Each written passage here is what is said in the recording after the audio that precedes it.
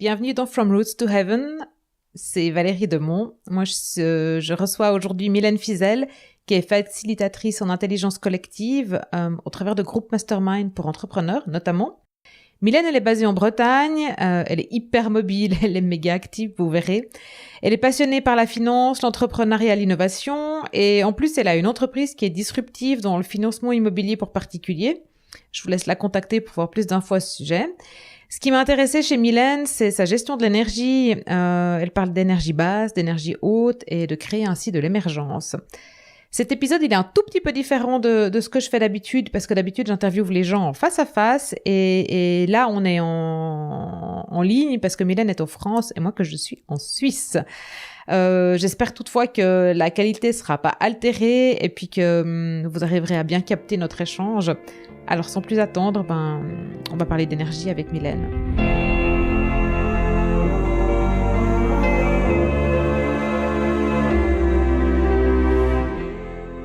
Bonjour Mylène, merci de prendre ce temps pour cet épisode de podcast. Merci Valérie, bonjour à toi, ravie d'être avec toi. Merci, je suis contente aussi qu'on puisse se voir. Est-ce que tu peux te présenter Mylène ? Oui, bien sûr. Donc je suis Mylène, je suis maman d'une petite fille de 6 ans et demi, j'ai 34 ans. Je suis une vraie passionnée par la finance, l'innovation et surtout l'entrepreneuriat. Je suis quelqu'un d'épicurien. J'aime la vie, j'aime tous les petits plaisirs de la vie et puis surtout je suis une vraie philanthrope. J'aime vraiment la transmission des savoirs. Ok, cool, jolie présentation. Donc ça va nous amener un petit peu plus loin dans le fil de cette discussion. Qu'est-ce qui t'a amené toi aujourd'hui alors parce que il me semble savoir que tu fais de l'intelligence collective, de la facilitation pour des groupes d'entrepreneurs, notamment avec des masterminds. Donc qu'est-ce qui t'a amené toi à faire ça aujourd'hui ? Alors, ce qui m'a amené, dans un premier temps, à faire de la facilitation d'intelligence collective, c'est tout simplement mon année sabbatique, parce que je sors d'une année sabbatique et de 10 ans de financier derrière. Pendant cette année sabbatique, j'ai cherché à redonner du sens dans mes actions, et surtout comprendre comment fonctionnait réellement l'entrepreneuriat. Comment devenir entrepreneur. Donc je me suis formée via justement des groupes en intelligence collective et cette méthodologie d'apprentissage par le biais d'autres cerveaux est devenue pour moi comme une habitude quotidienne. C'est-à-dire qu'aujourd'hui, quand tu es entrepreneur, tu peux plus faire seul. C'est vraiment impossible. Donc le fait de faire de l'intelligence collective, d'avoir d'autres cerveaux, d'avoir d'autres idées, aujourd'hui c'est vraiment ce qui te permet de pouvoir t'élever. Voilà. Alors, j'étais passionnée par ce que je faisais, mais ma vision n'était pas assez claire. Je n'avais pas une vision et une ambition assez fortes. Certainement par des croyances, comme tout le monde, des croyances limitantes. Et aujourd'hui, quand tu veux réussir dans l'entrepreneuriat, quand tu entreprends un projet, si ta vision et ton ambition sont pas assez fortes, tu réussis pas. Tu peux réussir, mais tu n'atteins pas effectivement le niveau que tu espères. Et de ce fait, perte de confiance et puis tout le tralala qui Oui. Puis après, tu mets 2 fois plus d'énergie que nécessaire, quoi. Enfin, voilà, t'es pas forcément aligné sous le bon flux, on va dire, quoi. Ouais. Exactement. Excellent. Donc toi, tu peux juste nous raconter un petit peu ton parcours, hein? Ouais. Donc moi, c'est simple. J'ai fait une année de BTS en management. Suite à ça, j'ai eu une proposition de poste chez un gros courtier, un courtier national. Donc, j'ai commencé dans le courtage à partir de 23 ans et j'ai arrêté cette activité l'année dernière. Donc, j'ai toujours fait le même métier depuis de nombreuses années. J'ai été vraiment passionnée parce que ce qui m'animait dans mon métier, c'était de pouvoir en fait aider les gens à accéder à l'un de leurs rêves, c'est-à-dire accéder à la propriété. Ça fait partie des rêves aujourd'hui. Ouais. Devenir propriétaire, c'est vraiment un rêve. Donc, le fait de pouvoir participer à ça, pour moi, c'était un vrai bonheur, vraiment. Et mais du coup, comme ça te nourrissait en termes tu vois, de bonheur, donc il y avait quand même à un moment donné, t'as perdu le sens en fait. Ouais, j'ai perdu le sens parce que comme je te disais, j'avais pas une vision assez grande. C'est-à-dire que ça faisait 10 ans que j'étais au même poste, je gagnais extrêmement bien ma vie, mais il me manquait, tu vois, ce petit truc, cette petite chose, et je l'avais pas. J'avais pas ma vision, j'avais pas mon ambition. Il me manquait un truc. Ouais, contribuer au bonheur des gens, c'était juste. C'était bien, mais il fallait plus. Ouais. Il fallait beaucoup plus. Et aujourd'hui, dans mes nouveaux projets, c'est vraiment, je contribue au bonheur des autres, mais je contribue aussi à mon bonheur, à mon propre bonheur. Ouais. Je pense que dans la vie, si tu participes d'abord à ton bonheur, tu peux participer au bonheur des autres. Ouais, je te rejoins complètement. Et c'est aussi super important, en fait, que toi, tu puisses te recharger, en fait, et te nourrir et aussi grandir et t'élever. Et si tu fais que donner, tu te perds. Et puis tu prends cette année sabbatique parce que tu te dis, merde, il y a un truc qui manque. Absolument, absolument. Ouais. Du coup, moi, je me rappelle quand on s'est parlé la première fois, c'était juste un truc de fou, quoi. On était super alignés, hein. Je sais pas si t'as senti la même chose, mais je pense. Il y avait des vibrations. Ouais, il y avait des good vibes là. Et je me suis dit, waouh, mais cette fille, elle a le feu sacré, quoi. Et c'est aussi une des raisons pour lesquelles je te voulais là, pas que pour l'intelligence collective, mais et je me dis, ce feu sacré, cette énergie, enfin, comment ça fonctionne en toi, en fait Comment ça fonctionne en moi? Ouais, c'est difficile à expliquer, hein, je suis désolée.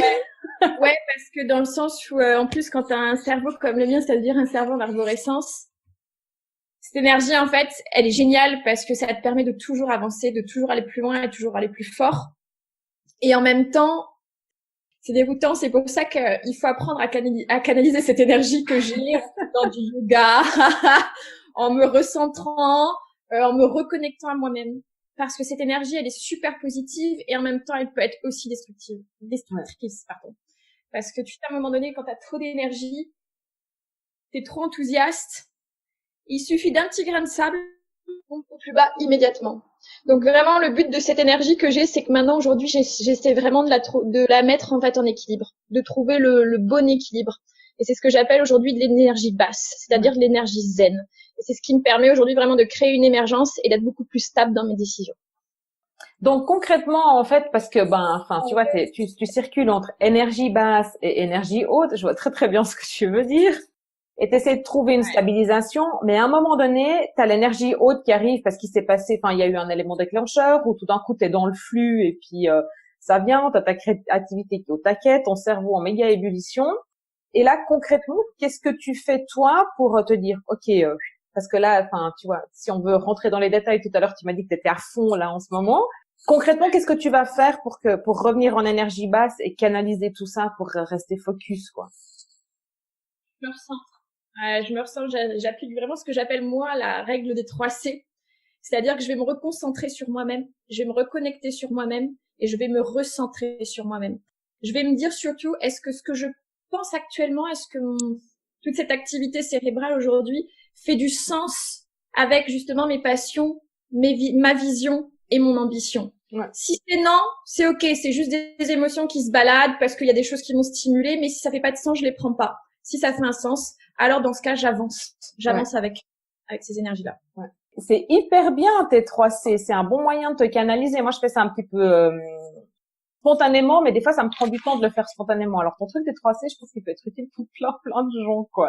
Ouais, c'est concentré, centré, connecté, toujours. Parce que sinon, en plus, quand t'as un cerveau comme ça, c'est qu'à un moment donné, tu pars dans tous les sens. Et en fait, tu bouffes toute ton énergie.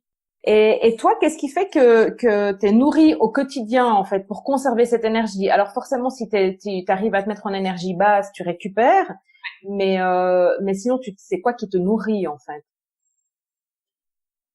Ce qui me nourrit dans la vie en général. Ouais. Ma fille, c'est mon énergie. Vraiment, aujourd'hui, je l'élève toute seule et c'est ce que je dis, c'est qu'aujourd'hui, si ma fille était pas là, ma vie aurait pas le même sens et pas là aussi la même énergie. Ce qui me nourrit, c'est l'action.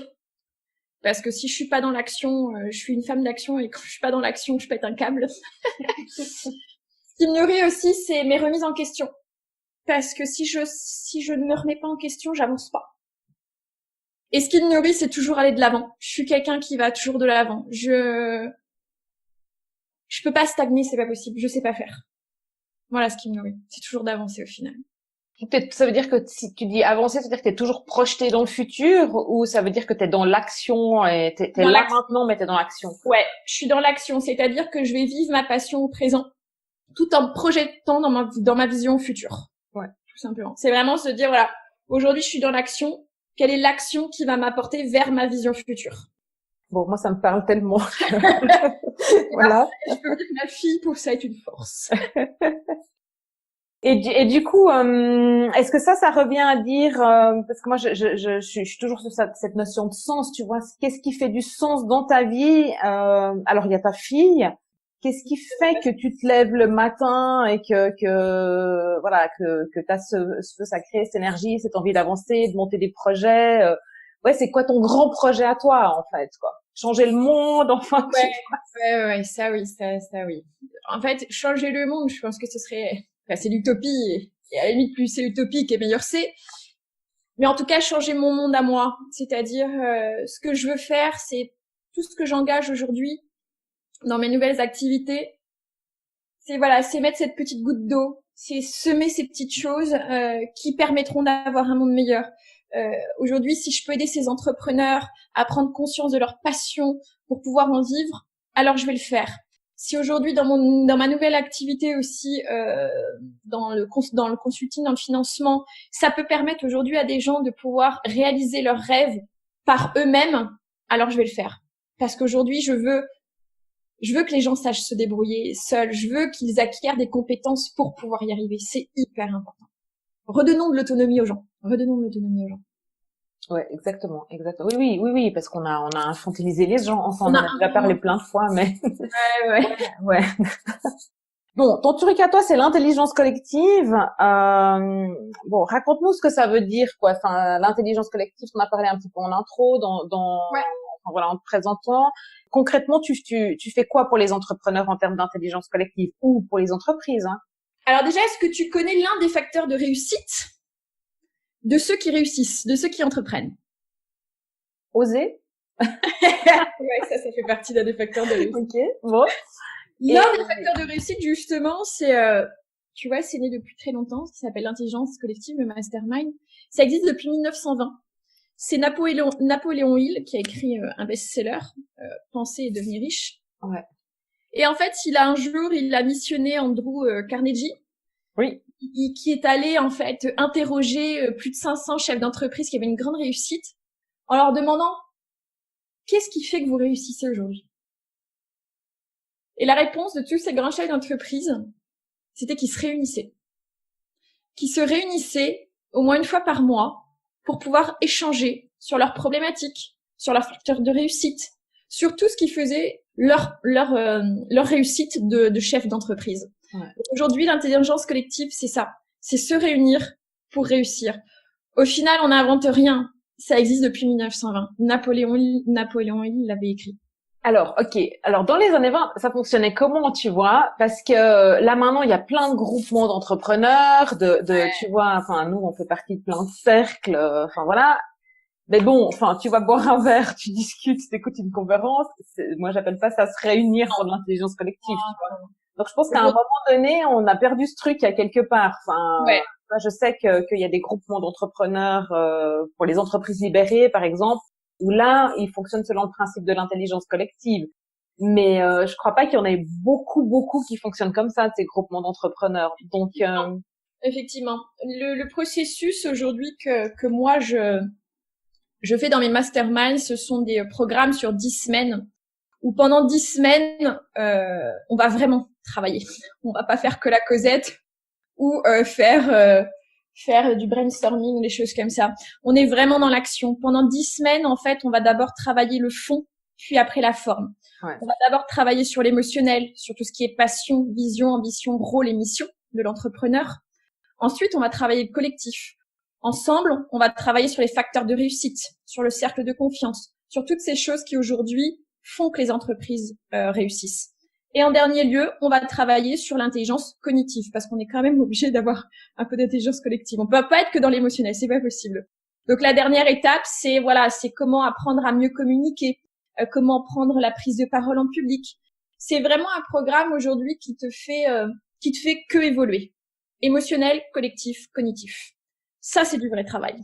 Ouais, non, puis je pense à un moment donné, alors pour moi, c'est hyper important qu'on remette de l'intelligence émotionnelle dans le business. Je pense que ça peut pas, aujourd'hui, on peut plus faire autrement. De toute façon, on est totalement alignés les deux là-dessus. Ouais. L'intelligence collective, moi, je suis 100% pour, parce que je travaille déjà comme ça depuis longtemps avec mes collègues. à un moment donné, on doit ancrer tout ça dans la matière. Et je pense que ton programme avec le cognitif, ça fait vraiment du sens, quoi. C'est qu'une évolution, en fait. Mon programme, c'est que de l'évolution. Ouais. Vraiment, on commence d'abord de soi, parce que dans le collectif, tu peux pas faire du collectif si tu fais pas d'abord de l'individuel. C'est impossible. C'est impossible. Donc, on va d'abord faire de l'individuel, d'abord l'émotionnel, et après, on passe au collectif, et puis après aux compétences, au développement des compétences. Non, mais c'est théoriquement, c'est comme ça pour chaque poste dans une entreprise, tu vois. Enfin, ça devrait, le collaborateur, enfin, je veux dire, s'il se connaît pas bien et s'il adhère pas parfaitement, tu vois, à ce qui se passe dans l'entreprise et s'il n'a pas une connexion, on va dire, émotionnelle avec son manager, avec la direction, avec le sens de l'entreprise, mais comment tu veux qu'il fasse son job, quoi? Ça fonctionne pas. C'est pour ça qu'il y a du turnover, c'est pour ça qu'il y a des burn-out, parce qu'à un moment donné, t'as plus la même vision. Ouais. Les mêmes visions. Donc ça marche plus. Forcément, il y a plus le même sens. Donc les gens se comprennent pas. Mais je dis toujours, en fait, une entreprise, c'est comme dans un couple, au final. Quand t'as plus la même vision, bah tu te sépares. Bah dans une boîte, c'est pareil. Donc à un moment donné, c'est aussi la responsabilité du collaborateur de s'en l'année s'il se reconnaît plus, quoi. Ça. Et puis de faire face à soi-même, c'est qu'à un moment donné, voilà, de se connecter, de se concentrer, de se centrer sur soi-même, c'est super important. Ça pourrait paraître comme être égoïste, mais pas du tout. C'est qu'à un moment donné, c'est que si tu veux être aligné, t'es obligé de travailler sur toi. Pour savoir. Oui, mais comment tu veux être bien avec les autres si toi t'es pas bien, quoi, avec toi-même. Donc c'est pas possible. Et dis-moi, toi tu travailles plutôt avec des femmes ou avec des hommes Alors, au départ, je ne voulais travailler qu'avec des femmes. Et il s'est avéré que j'ai eu beaucoup de demandes d'hommes. Donc je n'ai pas pu refuser. Donc ce que je fais, c'est que je fais des groupes mastermind, en fait, que pour les femmes, pour celles qui veulent être qu'entre femmes, et je fais des masterminds mixtes, hommes et femmes, parce que aussi on a aussi besoin de la diversité. L'homme et la femme, on est complémentaires. C'est très important. Ouais, c'est clair. Enfin, moi, je pense, puis, ouais, tu vois le côté que groupe de femmes, que féministe, que girl power, ou tu vois. Enfin, je veux dire, ouais. Non, à un moment donné, non, quoi. Alors, on a des problématiques qui sont différentes, mais je crois qu'on a besoin de l'autre. Enfin, d'ailleurs, c'est pour ça qu'on peut vivre en couple aussi, c'est qu'on a besoin de l'autre, quoi. Ah oui, tu vois, le livre de Les hommes viennent de Mars, les femmes viennent de Vénus est né d'un mastermind, hein, a été terminé par un mastermind, il faut le savoir. Ah ouais. John Gray, en fait, a fini son livre comme ça, par l'intelligence collective, en faisant partie d'un groupe mastermind. Et il le dit bien. Aujourd'hui, l'homme et la femme, on est complémentaires. On est complémentaires. C'est ce qui fait la diversité, et puis c'est ce qui fait qu'aujourd'hui, bah voilà, on peut avoir des visions peut-être différentes et à un moment donné, se retrouver. On peut avoir des passions différentes, mais une vision commune. C'est comme, tu connais Le Monde de Narnia? Ouais, oui, le film, il est beau, ouais, c'est génial. Walt Disney. Ouais. Tout ça, c'est né de l'intelligence collective, c'est né de mastermind. Aujourd'hui, tu vois, Elon Musk fait encore partie de groupes mastermind. Aujourd'hui, tous les grands font partie des masterminds parce qu'ils sont entourés. Ils ont besoin d'être entourés. C'est qu'on doit le faire. Ouais, non, puis faut pas oublier qu'on fait pas un sprint, quoi. Hein. C'est un marathon, donc on a le temps. Exactement. On a le temps. Et ceux qui font des marathons, ils sont assez bien placés pour savoir que tu fais pas un marathon sans t'entraîner, quoi, et sans prendre soin de toi. Oh, oui. Ouais. Dis, alors moi, tu sais, mon métier, ben, tu sais, hein, que c'est de mettre du sens et du fond dans le marketing et dans la communication, donc de mettre un peu ses tripes là-dedans, quoi, hein, et que ce soit en ligne ou ben avec les outils traditionnels, enfin à l'interne ou à l'externe de l'entreprise. Toi, tu vois comment cette profondeur dans ton métier, en fait, le sens, le fond. Bah, c'est la base. Point. On s'arrête là. Ouais. Voilà, il y a rien d'autre à dire. C'est la base. Sans ça, tu peux rien faire. Ouais. Si tu fais les choses sans qu'elles aient de sens, bah, on aura le retour du bâton. Donc ça sert à rien. Ton karma, il te renverra des petits coups de bâton. Ouais, je suis d'accord. Bah, d'ailleurs, on voit tous les jours que le karma revient au galop sur des gens autour de nous qui sont pas alignés, quoi. Ouais. La vie te teste tous les jours justement pour savoir si ce que tu fais fait du sens. Ouais. C'est exactement ça, quoi. Il y a 2-3 fois en fait quand on s'est eu parler, on a pas mal échangé en fait sur ce qui était un peu quantique dans le business. Et moi j'ai retenu qu'une fois tu m'as dit, tu vois, j'ai mis dans le champ Et puis, ben, t'as obtenu, quoi. Alors, moi, j'adore, parce que j'adore dévier sur ce genre de sujet. Et parce que ça me passionne. Et, du coup, ça veut dire que, bon, t'as mis ton idée dans le champ, elle s'est pointée comme ça, t'as attendu les bras croisés, t'as rien fait, ça s'est passé comment, quoi, tu vois? Non, j'ai appliqué donc la règle de mes 3 C, toujours. Ouais. Là, j'y tiens. Donc toujours concentré, centré et connecté et concentré.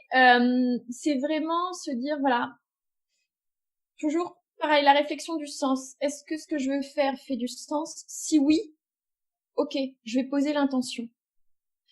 Poser l'intention, c'est se dire que cette action que je vais faire, elle va donner un sens à ma vision. En fait, je vais poser l'intention dans le champ, c'est compliqué en fait à expliquer, c'est la mettre au-delà de nous, c'est la mettre dans le holon, c'est poser cette intention dans l'univers, c'est demander en fait tout simplement à l'univers de pouvoir attirer cette action à nous pour qu'elle puisse arriver.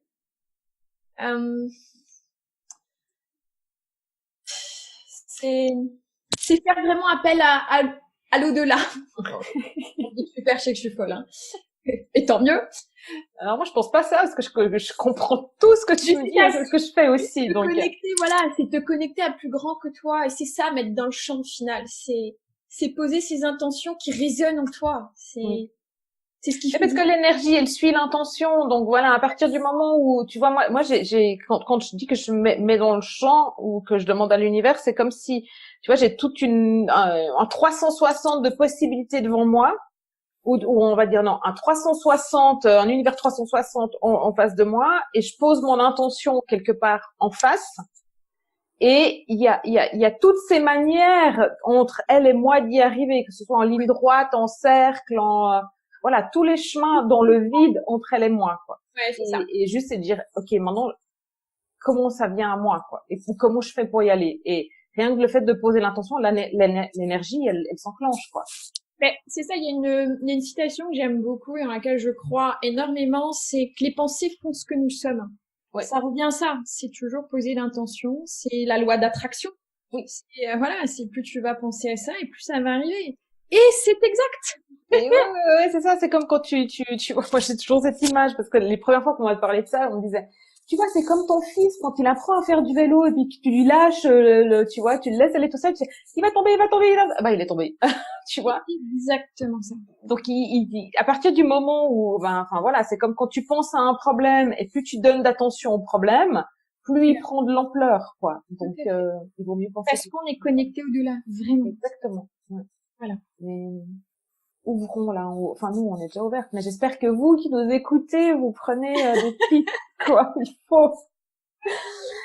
Dis Mylène, moi je crois que tu as vécu des moments pas faciles ces dernières années qui t'ont aussi amené à te remettre en question et ce qui t'a amené à aujourd'hui à ton année sabbatique. Est-ce que tu peux me parler en fait de ce processus de renoncer à quelque chose pour aller dans une part un peu d'inconnu, mais pour donner du sens à ta vie, quoi. Ouais.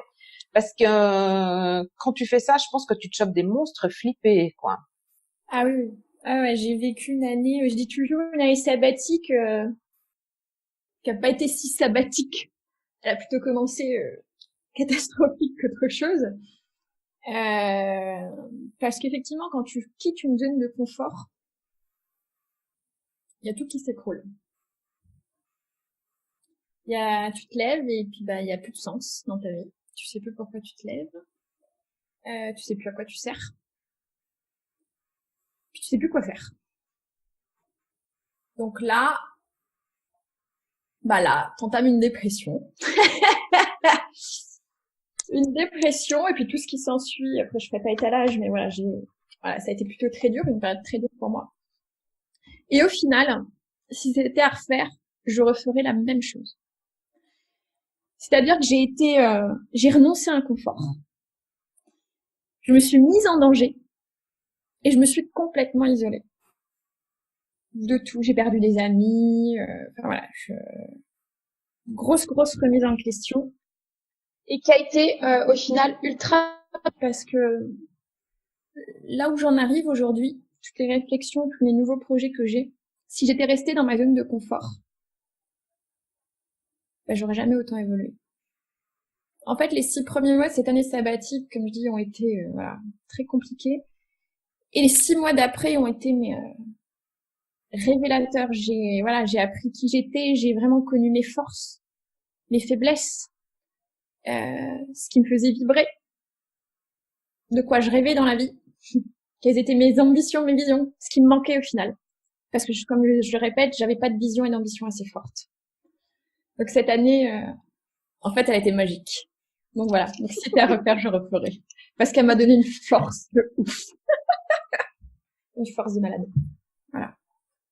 Ah, c'est beau, waouh. Et est-ce que tu crois, parce que moi je pense, tu vois, qu'il y a tellement de gens qui sont pas bien, quoi. Ouais. Et Mais c'est un alignement, c'est toujours. Maintenant, je comprends ce que c'est que le sens du mot alignement. Hein. Ouais. Ah ouais, mais à un moment donné, le changement, enfin voilà, c'est obligatoire. Place, c'est libératoire, ouais, exactement. C'est faire de la place, enlever en fait tout ce qui te décharger de tout ce qui t'empêche d'avancer. Et ma foi, malheureusement, ben si tu perds des amis au passage, c'est que c'était pas les bons, quoi. Ouais, c'est ça. Et le vide. Moi, qui avais une le vide. En créativité, tout ça. Le vide, pour moi, c'était une vraie peur. Ouais. Et en fait, le vide a été pour moi une révélation. Merci le vide.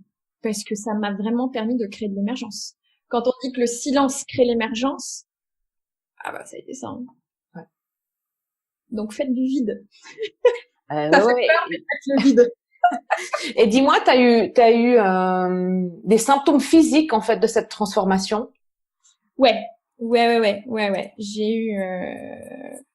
Mais là, je vais me faire opérer du sein. Voilà, j'ai eu des petits soucis de santé qui vont être bientôt terminés. Ouais, comme quoi le psychique est vraiment lié Au corps. Au corps. Ouais. Et si je peux dire une chose, transmettre une chose aujourd'hui, c'est que le corps sait avant le cerveau. Ouais. C'est-à-dire que dès que son corps parle, j'avais tellement de signes. Dès que le corps parle, il faut s'écouter, se dire qu'est-ce qui se passe. Moi, je m'écoutais pas. J'y allais. Puis un jour, tu te réveilles, tu dis bah merde, qu'est-ce que j'ai? Puis bah tu vas chez le médecin, puis voilà, tu dis bon bah, ok, allez. Ouais. C'est pas grave. Voilà, on se renforce et on se dit que ok, c'est une belle leçon de vie, vraiment. C'est une très belle leçon de vie, très très belle leçon de vie. Tu sais, quand t'as des gens en général qui sortent de maladies graves et qui te disent ça a été la meilleure expérience, c'est ce qui m'a sauvé la vie. Ouais. Parce qu'à un moment donné, tu te poses la question de te dire ok, là je peux perdre la vie, qu'est-ce qui fait du sens pour moi? Ouais. Non, mais complètement. Ça ou un deuil proche, tu vois. Enfin, un décès proche, quoi. Ouais. Des chocs émotionnels. Moi, c'est ce que j'ai eu, hein. Ouais. Choc émotionnel, hein. Choc émotionnel, là, Ouais, mais parce qu'on a déconnecté le mental du corps, quoi. Et tout passe par le corps, quoi. Par le corps. Voilà. On crée, hein. On crée des choses, hein. Rien n'arrive par hasard. On crée. Bon, on va finir sur une note plus gaie. Ah, mais tout va bien aujourd'hui, hein. Donc ouais, avant de terminer, moi j'avais une dernière question pour toi. En fait, si tu vois, si tu avais une baguette magique ou l'énergie, ou j'ai même envie de dire si tu pouvais vraiment concrètement, parce que finalement c'est dans un monde idéal, on voudrait changer le monde. Enfin voilà, moi j'ai vraiment envie qu'on puisse, tu vois, par toutes ces bribes qu'on sème, d'énergie, de bonnes intentions, de bien-être, de sens et de fond, qu'on puisse améliorer le monde de demain pour laisser un monde meilleur, tu vois, à Zoé, à mon Lucas, enfin voilà. Toi, t'aurais envie de faire quoi en fait pour changer ça, pour améliorer, pour leur laisser un monde plus beau, plus sain, mieux, bio, je sais pas. Simplement, c'est transmettre son savoir. Ouais. Ne plus être dans un monde d'individualistes et d'égoïstes. Aujourd'hui, on doit partager nos savoirs pour que justement les gens et nos enfants, nos générations à suivre puissent s'en sortir. C'est super important. On doit transmettre nos savoirs. On doit rendre l'autonomie. Et ce sont nos rôles, ce sont nos missions dans la vie, de transmettre. Que ce soit nos enfants, que ce soit dans nos entreprises. On doit transmettre. On ne doit pas avoir peur que les gens aillent au-dessus de nous ou quoi. On s'en fout de tout ça, juste transmettez. Parce que ça nous rend tellement plus riches. Parce que la richesse. Tu l'as lu, le livre Transmettre? Pas encore. Il est beau, hein. Il est beau. C'est magnifique, ouais, c'est un magnifique livre. Voilà, je mettrai le lien si ça intéresse les gens. Grand plaisir. Mais c'est un très très beau bouquin, quoi. C'est notre mission de vie. On peut pas ne pas transmettre, c'est pas possible. Bah écoute Mylène, merci beaucoup pour ton temps. Merci à toi Valérie. Merci d'avoir écouté From Roots to Heaven. Si vous avez aimé l'épisode, dites-le avec des étoiles, surtout sur Apple Podcast, ça serait génial, et partagez-le sans modération sur la toile. Pour rien manquer, vous pouvez vous abonner à ma newsletter sur mon nouveau site qui est greenheart.business/newsletter. Vous me trouverez aussi sur LinkedIn, sur Insta et sur Facebook. Et puis vous pouvez me remonter vos questions, vos remarques et aussi les invités que vous aimeriez entendre. Et moi je vous dis à très vite dans From Roots to Heaven.